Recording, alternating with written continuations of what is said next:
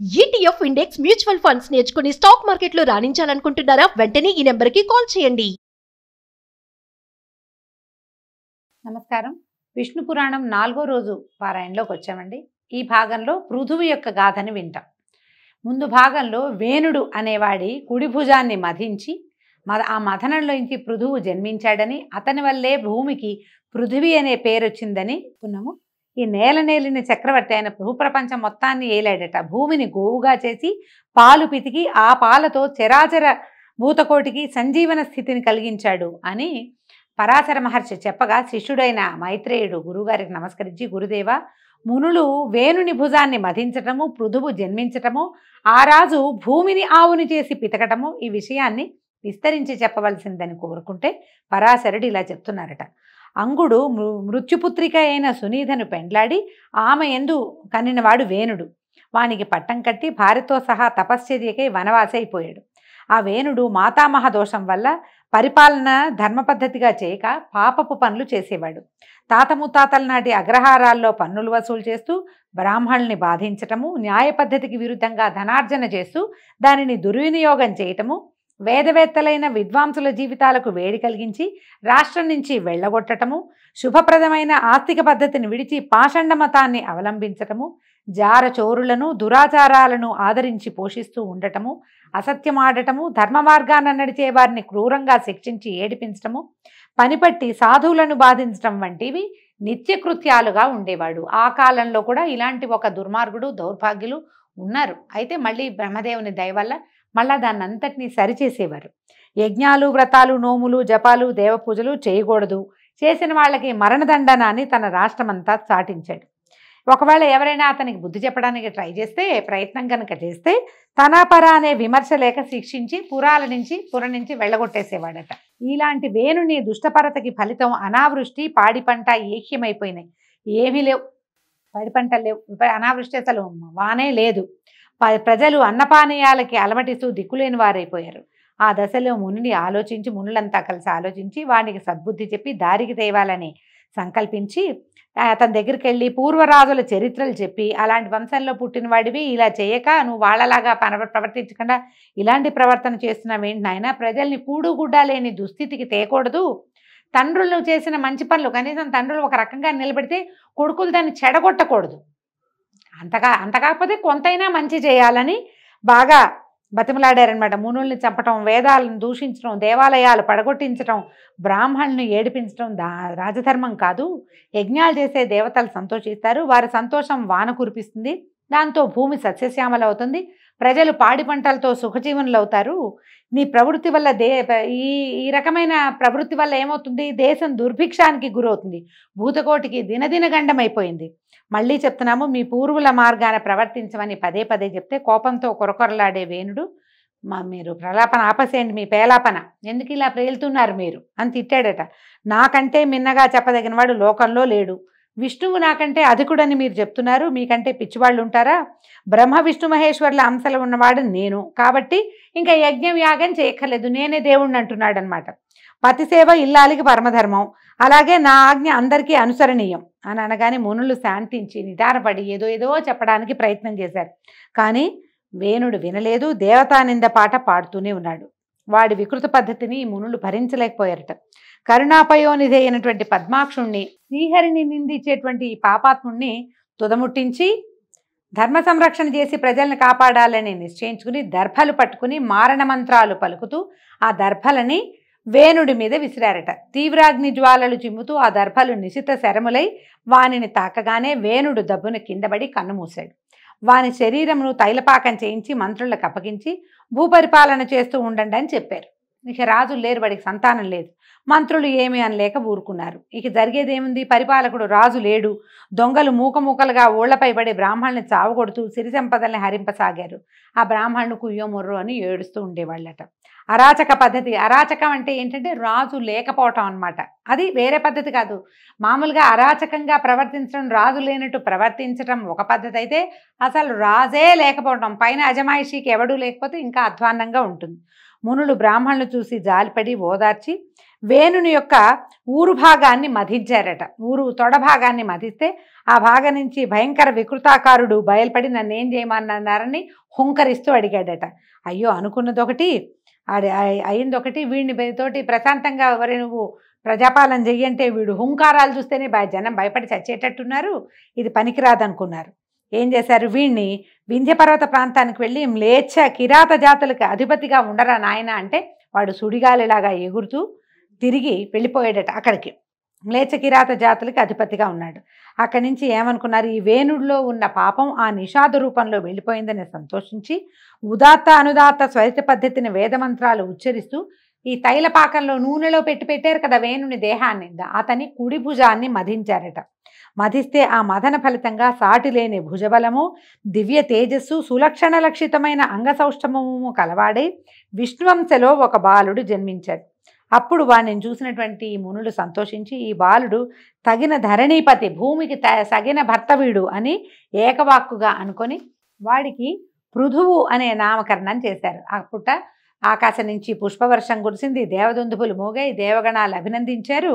అప్పుడు పుట్టినటువంటి పృథువు యువకుడై మహనీయ మహిమ కలిగిన వాడై విరాజిల్లుతూ ఉన్నాడు.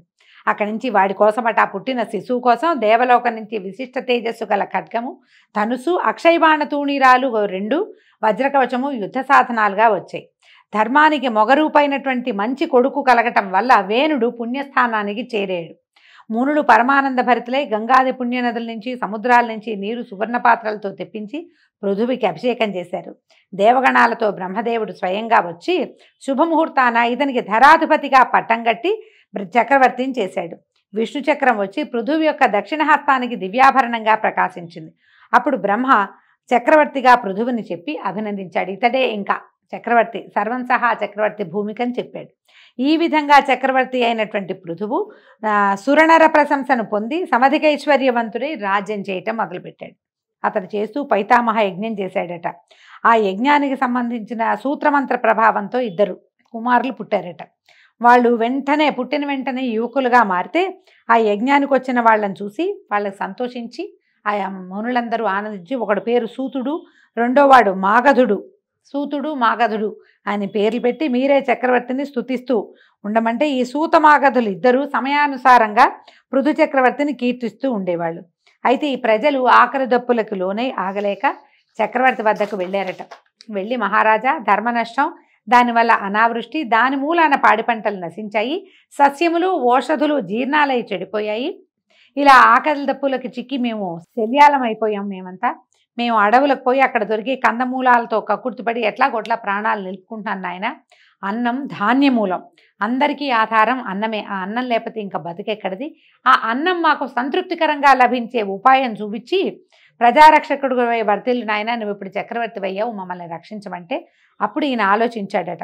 సస్యనాశం చేసి కరువు కలిగించిన ఆ భూమిని కూడా హతమారుస్తాను, భూమి వల్లే కదా మరి భూమి బిగిసిపోయింది, అందుకని పంటలు పండటం మానేసినాయి అని భావించాడు. అని చెప్పి ఈయన ఏం చేశాడట, ఈ భూమి మీద బాణం వేయడానికి లేచేసి విల్లందుకున్నాడు, బాణం సంధించాట. ఇక ప్రయోగించటమే తడవుగా ఉంది. భూమి అదిరిపోయి గోరూపం ధరించి బ్రహ్మ దగ్గరికి వెళ్ళాలని పరిగెడుతుంటే చక్రవర్తి అడిగట, నువ్వు ఎక్కడికి పరిగెత్తినా సరే నేను నీ వెనకాలే వస్తాను, నువ్వు నా బాణానికి గురికాక తప్పదు అనేసరికల్లా భూమి అందిట, ఓ రాజా, స్త్రీవధ పాపం అని తెలీదా నీకు? నన్ను చంపితే భూమినే, నన్నే చంపేస్తే నువ్వు పాలించేది దేనిని?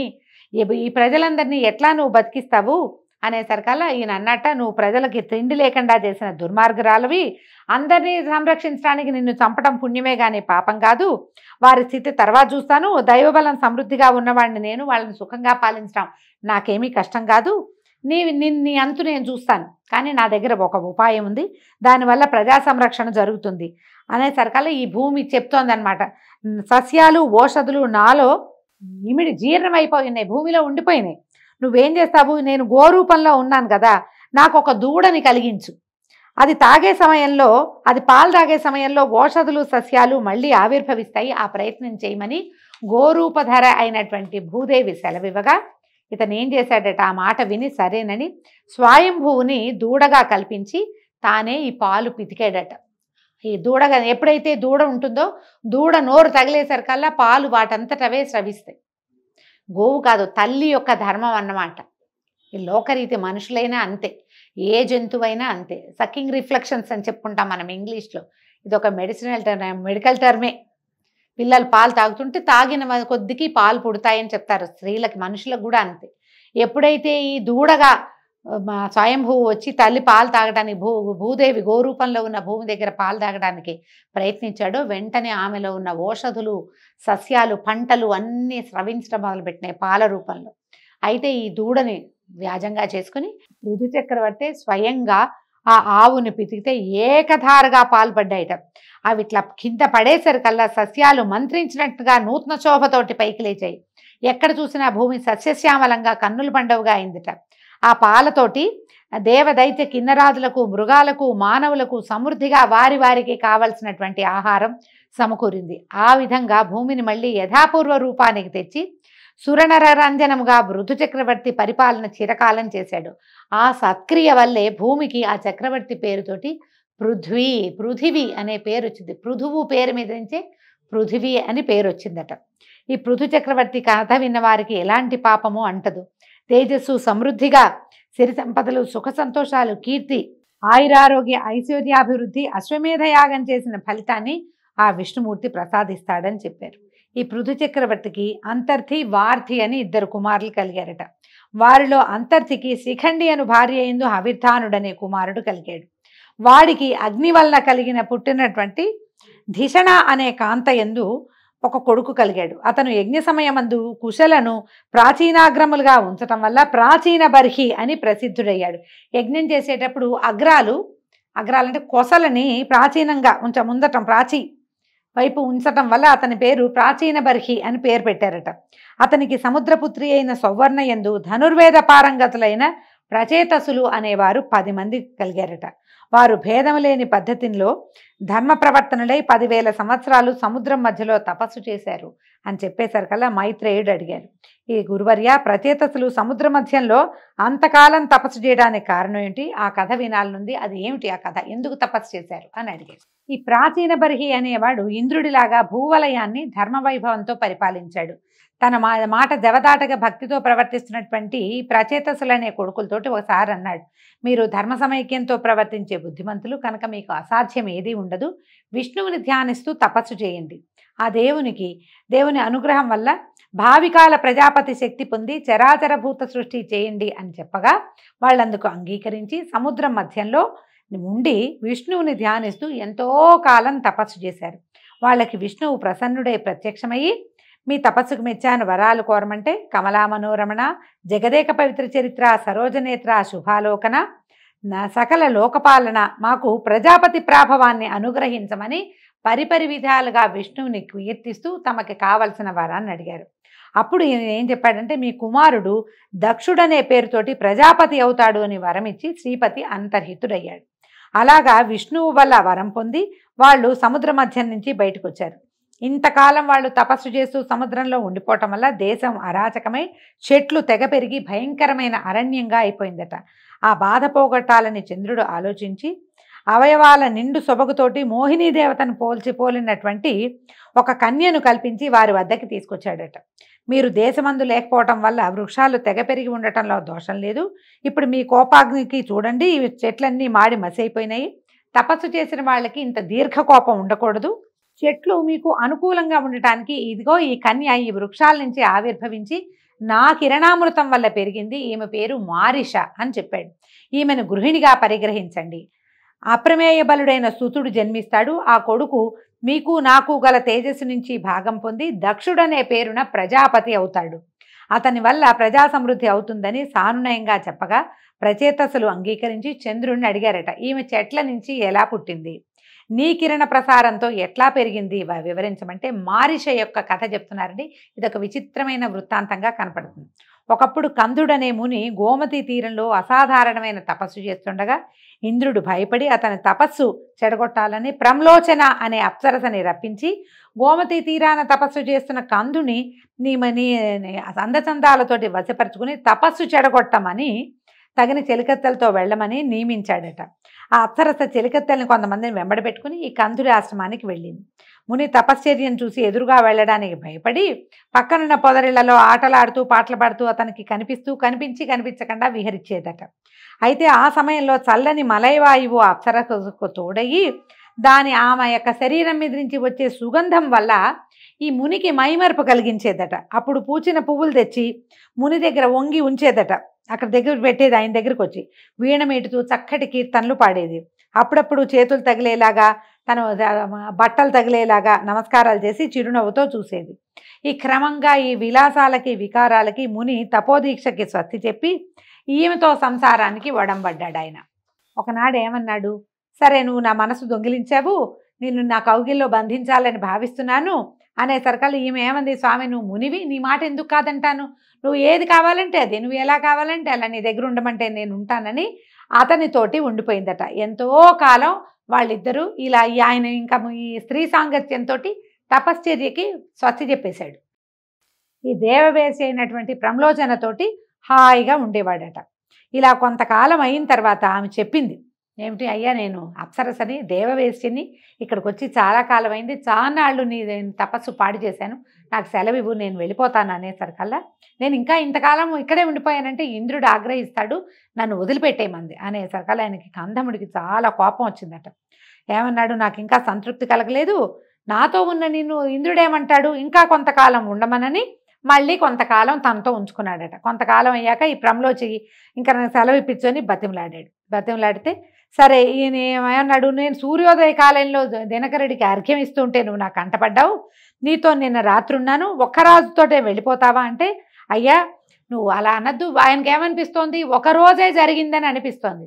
ఈవిడ, అయ్యా నన్ను క్షమించు మునివర్య, నన్ను క్షమించు, ఎందుకంటే నువ్వు నాతో ప్రమాణవాక్గా చెప్తాను, నువ్వు నాతో గడిపిన కాలం 907 సంవత్సరాల 6 నెలల 3 దినాలు, యోగ దృష్టితో చూడు, నువ్వు ఇదంతా ఏమనుకుంటున్నావు, ఇవాళ పొద్దున కలిశాను, రాత్రి మాత్రమే గడిపానని భావిస్తున్నావు, ఇంతకాలము నువ్వు నాతోటే ఉన్నావు, నువ్వు కావాలంటే యోగ దృష్టితో చూడమనేసరికి ఆయన ధ్యానించి తెలుసుకున్నంటే ఒళ్ళు తెలియదు, స్త్రీ సాంగత్యం సమయాన్ని తెలియనివ్వదని పురాణం చెప్తోందండి.